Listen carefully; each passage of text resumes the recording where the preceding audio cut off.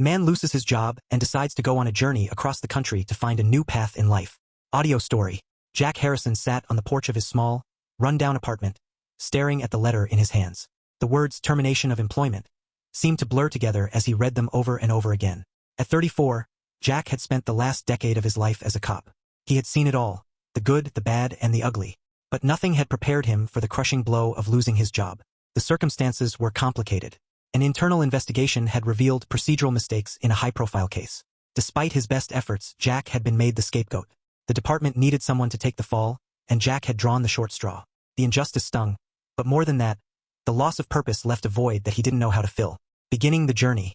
Determined to find a new path, Jack packed his belongings into his old pickup truck and set off on a journey across the United States.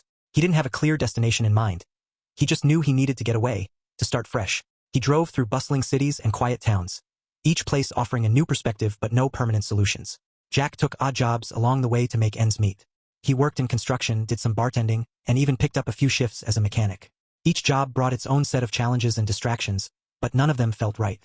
He longed for the sense of duty and community he had felt as a cop, something that was increasingly hard to find. After several months on the road, Jack found himself driving through the rolling hills of a serene landscape. The sun was setting, casting a warm golden glow over the fields. He felt an inexplicable pull towards a small, unassuming sign that read, Cedar Ridge, 5 miles. Without much thought, Jack turned off the main highway and followed the winding road into the town.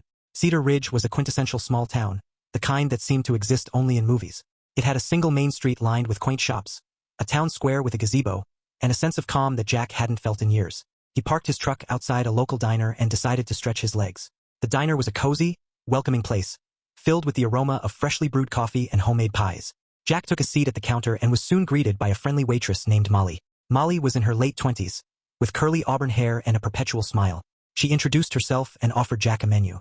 While Jack was perusing the menu, he overheard a conversation between the owners, Tom and Linda Collins, a couple in their 50s. Tom was a burly man with a kind face and a booming laugh, while Linda was petite, with warm brown eyes and a nurturing demeanor. They ran the diner like a well-oiled machine, their years of experience evident in every interaction. Tom noticed Jack sitting at the counter and walked over, extending a hand. "You must be new in town. I'm Tom, and this is my wife, Linda. Welcome to our little slice of heaven." Jack shook Tom's hand, appreciating the firm grip and genuine smile. "Nice to meet you, Tom. I'm Jack, just passing through, looking for a place to settle." Linda joined them, her eyes warm with curiosity. "Well, Jack, Cedar Ridge is a wonderful place to call home. What brings you here?" Jack hesitated for a moment before replying, "Just looking for a fresh start. I've been on the road for a while." Tom nodded, understanding. "We've seen a few drifters come and go, but something tells me you might stick around. If you're looking for work, we could use an extra pair of hands here at the diner." Jack was taken aback by the offer. "I appreciate that. I've done a bit of everything lately, so I'd be happy to help out." Tom smiled. "Good. We actually need someone who can help with the more physical tasks, moving supplies, fixing things. Our handyman just left town, and we're in a bit of a bind." Linda added, "And we have a small apartment above the diner. It's modest but comfortable. It would be yours if you decide to stay." Grateful for the opportunity and the warmth of the couple's welcome, Jack accepted the job. Tom and Linda showed him around the diner, introducing him to the staff and explaining his duties. They also led him upstairs to the apartment, which was indeed modest but cozy, with a comfortable bed, a small kitchenette, and a window that overlooked the town square. Tom and Linda were involved in Jack's life beyond the diner as well. Tom often invited Jack to join him for fishing trips on weekends, where they talked about life and shared stories. Linda, with her nurturing nature, made sure Jack never missed a home-cooked meal and often dropped by with homemade casseroles and desserts. A week into his new job, Jack encountered Emma Collins, Tom and Linda's daughter, for the first time. Emma, a local school teacher in her early 30s, had a natural beauty. She had long, chestnut hair that fell in waves around her shoulders, bright green eyes that sparkled with intelligence, and a smile that could light up a room. However, their initial meeting was anything but pleasant. Emma had come into the diner to pick up an order for a school event, and their interaction was tense. Jack, still adjusting to his new role, accidentally mixed up her order. When Emma checked the bags, she found pies instead of sandwiches. Her expression turned from pleasant to irritated in seconds. "I needed these sandwiches for the kids' lunch, not pies," Emma snapped, her eyes flashing with annoyance. "Well, the kids might develop a sudden love for pie. You never know," Jack replied with a smirk, trying to diffuse the tension with sarcasm. "This isn't funny. I'm on a tight schedule here," Emma retorted, her frustration evident. "Believe me, I'm well aware of tight schedules. How about I fix it, and you take a deep breath?" Jack suggested, raising an eyebrow. Their initial meeting left a sour taste in both their mouths. Emma saw Jack as careless and inattentive, while Jack viewed Emma as overly critical and demanding. The next time Jack encountered Emma was at the local grocery store. Jack was struggling to balance a stack of boxes when Emma walked by. He gave her a curt nod, still feeling the sting of their last encounter. "Need some help?" Emma asked, raising an eyebrow. "Only if you're offering," Jack replied, his tone dripping with sarcasm. Emma rolled her eyes and walked away. "Suit yourself." Their third meeting was at the town square during a community cleanup event. Emma was coordinating the volunteers, and Jack was assigned to her team. Tensions flared when Emma criticized Jack for not following her detailed plan. "You're supposed to be cleaning that area," Emma pointed out, her frustration evident. "I can see dirt just fine on my own, thanks," Jack shot back. Their bickering drew attention from the other volunteers, including Tom and Linda. Linda pulled Jack aside afterward. "Jack, I know Emma can be a bit particular, but she's got a good heart. Try to see things from her perspective." Jack sighed, running a hand through his hair. "I'll try, Linda. It's just, we seem to bring out the worst in each other." Despite the rocky start with Emma, Jack found solace in his new life in Cedar Ridge. He became more involved in the community, attending town meetings and participating in local events. The townspeople appreciated his willingness to pitch in, and Jack started to feel a sense of belonging.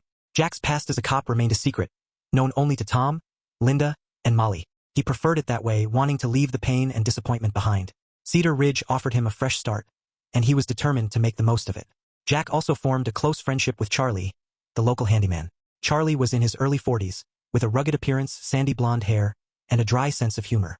He had lived in Cedar Ridge his entire life and knew everyone in town. Charlie took Jack under his wing, introducing him to the locals and showing him the ropes of small-town life. Charlie became a regular fixture in Jack's life, often joining him for a drink after work or helping him with projects around the apartment. His laid-back demeanor and sharp wit made him a perfect foil for Jack's sarcasm, and the two quickly became inseparable. Fate, however, had other plans. The town's annual harvest festival was approaching, and Jack was assigned to help with the preparations. To his surprise, Emma was the event coordinator. They were forced to work together, and the tension between them was palpable. Initially, their interactions were strained. Jack's laid-back approach clashed with Emma's meticulous planning. Emma's need for control often led to heated exchanges, with Jack responding with his trademark sarcasm. "Those banners need to be hung evenly," Emma instructed, watching Jack's progress. "Oh, you mean gravity isn't going to magically make them straight?" Jack shot back, causing Emma to sigh in exasperation. Their disagreements often spilled over into their interactions with others. Molly, ever the peacemaker, would try to smooth things over. "Come on, you two. It's just a banner. We can all work together here." Charlie, on the other hand, enjoyed stoking the flames. "Jack, maybe you should just let Emma handle it. She clearly has a vision," he'd say with a grin, knowing it would rile them both up. Despite the tension, there were moments of undeniable chemistry between Jack and Emma. One evening, while setting up decorations, a sudden storm rolled in. They scrambled to protect the festival equipment from the rain. Working side by side, their frustrations gave way to laughter as they found themselves drenched and covered in mud. "You look like a drowned rat," Emma teased, wiping mud from her face. "Speak for yourself," Jack shot back, grinning. The shared experience broke the ice, and they started to develop a mutual respect and understanding. Tom and Linda noticed the change in their interactions and encouraged Jack and Emma to spend more time together, often giving them joint tasks at the diner and festival preparations. Their subtle nudging didn't go unnoticed, but neither Jack nor Emma minded. As the festival approached, another conflict arose. Emma had planned a series of games for the children, but Jack suggested adding a few activities for the adults as well. "We need something for everyone, not just the kids," Jack argued. "This festival is about the children, Jack. We can't just change everything at the last minute," Emma insisted. "Why not? It would make the festival more enjoyable for everyone," Jack countered. Emma crossed her arms, frustration evident. "You always think you know better, don't you?" Jack's eyes narrowed. "I'm just trying to help, Emma. Maybe you should learn to listen to other people's ideas." Their heated exchange drew the attention of Tom, who stepped in to mediate. "All right, you two, let's find a compromise. We can add a few activities for the adults without overshadowing the kids' events." Reluctantly, Emma agreed, and they worked together to integrate Jack's ideas. Despite their conflicts, the collaboration brought them closer, and they began to see each other in a new light. As the harvest festival drew closer, Jack and Emma spent more time together. Their interactions became more relaxed and enjoyable. Jack admired Emma's dedication and how she went above and beyond for her students. Emma appreciated Jack's reliability and calm demeanor. One evening, after a long day of preparations, Jack invited Emma to join him for a walk. They strolled through the town, talking about their lives, dreams, and fears. Jack opened up about his travels and the journey that led him to Cedar Ridge, though he kept the details of his past job vague. Emma listened with empathy and shared her own struggles, revealing a depth of character that drew Jack even closer to her. Their friendship deepened, and soon they found themselves looking forward to their time together. The romantic and sexual tension between them was palpable, but neither made a move, unsure of how the other felt. Jack began to surprise Emma with small acts of kindness, like bringing her coffee or helping her with school projects. Emma, in turn, supported Jack by encouraging him to get involved in the community and pursue his interests. Their budding relationship wasn't without its conflicts. Emma's ex-boyfriend, Brian, a successful lawyer from a nearby city, re-entered the picture, causing Jack to question his place in her life. Brian was charming and sophisticated, everything Jack was not. When Emma mentioned Brian's offer to take her out for dinner, Jack's jealousy flared. "So, you're going out with Mr. Perfect tonight?" Jack asked, trying to keep his tone light but failing miserably. "He's just a friend, Jack. We have history, yes, but it's over," Emma replied, exasperated. "Yeah, sure. Just a friend," Jack muttered, his sarcasm hiding his hurt feelings. Another conflict arose during a town meeting about the festival. Jack proposed a new idea for a community bonfire, but Emma shot it down, worried about safety concerns. "We can't risk a fire hazard, Jack. The kids could get hurt," Emma argued. "We'll take precautions. It'll bring everyone together," Jack countered. Emma's eyes flashed with irritation. "You always want to take risks without thinking things through, and you never want to take any risks at all," Jack retorted, frustration seeping into his voice. The tension between them was palpable, and Tom once again stepped in to mediate. "How about we compromise? We can have a controlled bonfire with proper safety measures." Despite their differences, Jack and Emma found a way to work together, their respect for each other growing even amid the conflicts. Just as things seemed to be falling into place, Jack's past caught up with him. Mark Davis, a former colleague from the police force, tracked him down. Mark was tall, with sharp features and a stern demeanor. He had been one of Jack's closest friends on the force but had taken a more by-the-book approach to policing. Mark's arrival in Cedar Ridge was unexpected. He walked into the diner one afternoon, catching Jack off guard. They exchanged tense greetings, and it was clear that Mark had come with a purpose. "Jack, we need to talk," Mark said, his tone serious. "Sure, let's step outside," Jack replied, his heart sinking. Outside, Mark explained that he was in town on official business and had decided to look Jack up. The case that had led to Jack's dismissal was still a sore point for both of them. It involved a sting operation that went wrong, resulting in the death of an informant named Leo. Jack had been accused of mishandling evidence, leading to his termination. During the sting, Jack had been tasked with securing critical evidence against a dangerous drug cartel. Leo, the informant, had grown nervous and reached out to Jack for reassurance. Jack, sympathetic to Leo's plight, had met with him privately to discuss his concerns. Unfortunately, the meeting was misconstrued, and when the operation went south, Jack was accused of leaking information to Leo, causing the operation to fail and resulting in Leo's death. "Why are you here, Mark?" Jack asked, his voice filled with frustration. "The department reopened the case. They're looking into some new evidence, and I thought you should know," Mark replied. "Great, just what I needed," Jack said sarcastically. "You couldn't have called? I figured you deserved to hear it in person," Mark retorted. Their conversation grew heated, and they failed to notice Molly and Emma watching from the diner. After Mark left, Emma approached Jack, concern etched on her face. "Who was that?" she asked. "An old friend from the force. He came to deliver some wonderful news," Jack said, his sarcasm masking his anxiety. Mark's visit didn't remain a secret for long. The next day, he returned to the diner, and in a moment of frustration, he told Tom and Linda about Jack's past. Word spread quickly, and soon the entire town knew. Emma confronted Jack, her worry turning to frustration. "Why didn't you tell me?" she demanded. "I didn't want to burden you or anyone else with my past," Jack replied. "You're not a burden, Jack. But I can't help if you don't trust me," Emma said, her eyes filled with emotion. In the midst of this turmoil, a significant event brought the community together. A child named Sarah went missing in the nearby woods, and the entire town mobilized to search for her. Jack's skills and experience as a cop proved invaluable, and he took a supporting role in the search efforts, organizing the volunteers. Emma, along with many others, was there by his side, working tirelessly to find the child. The local police force, led by Chief Daniels, took charge of the search, coordinating with Jack to cover more ground. Chief Daniels, a seasoned officer with a no-nonsense attitude, quickly recognized Jack's expertise and gave him the responsibility of leading the volunteers.